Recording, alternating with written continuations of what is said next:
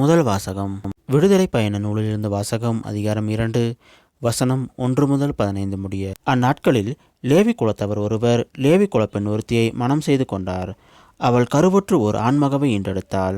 அது அழகாயிருந்தது என்று கண்டாள்.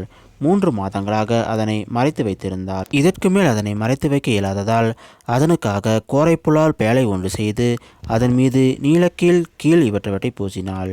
குழந்தையை அதனுள் வைத்து நைல் நதி கரையிலுள்ள நாணல்களுக்கு இடையில் விட்டு வைத்தாள்.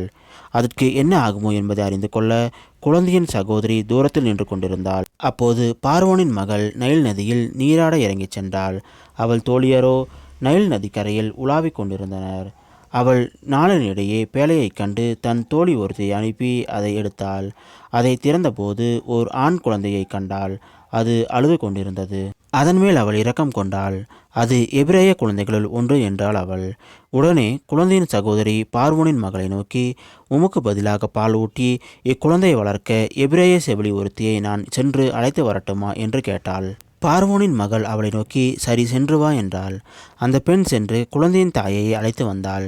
பார்வோனின் மகள் அவளை நோக்கி, இந்த குழந்தையை நீ எடுத்து செல், எனக்கு பதிலாக நீ பாலூட்டி அதனை வளர்த்திடு, உனக்கு கூலி கொடுப்பேன் என்றாள். எனவே குழந்தையை எடுத்து சென்று அதனை பாலூட்டி வளர்த்தாள் அப்பெண். அக்காலத்தில் மோசே வளர்ந்து விட்ட போது தம் இனத்தவரிடம் சென்றிருந்தார்.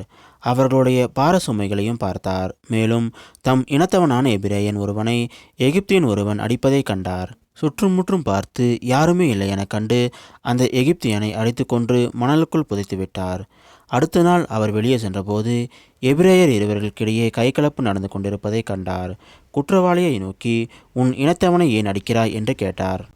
அதற்கு அவன், எங்கள் மேல் உன்னை தலைவனாகவும் நடுவனாகவும் நியமித்தவன் எவன்? எகிப்தியனை கொன்றது போல் என்னையும் கொல்லவா நீ இப்படி பேசுகிறாய் என்று சொன்னான். இதனால் மோசே அச்சமுற்றார். நடந்தது தெரிந்துவிட்டது உறுதியே என்று சொல்லிக்கொண்டார். இச்செய்தியை பார்வோன் கேள்வியுற்ற போது மோசேயை கொல்ல தேடினான். எனவே மோசே பார்வோனிடமிருந்து தப்பியோடி மிதியான் நாட்டில் குடியிருக்க வேண்டியதாயிற்று. இது ஆண்டவர் வழங்கும் அருள்வாக்கு. இறைவா உமக்கு நன்றி. இன்றைய நற்செய்தி. புனித மத்தேயு எழுதிய நற்செய்தியிலிருந்து வாசகம். அதிகாரம் 11, வசனம் 20 முதல் 24 முடிய. காலத்தில் இயேசு வல்ல செயல்கள் பல நிகழ்த்திய நகரங்கள் மனமாறவில்லை. எனவே அவர் அவற்றை கண்டிக்க தொடங்கினார். கொராசின் நகரே, ஐயோ உனக்கு கேடு! பெத்சாய்தா நகரே, ஐயோ உனக்கு கேடு!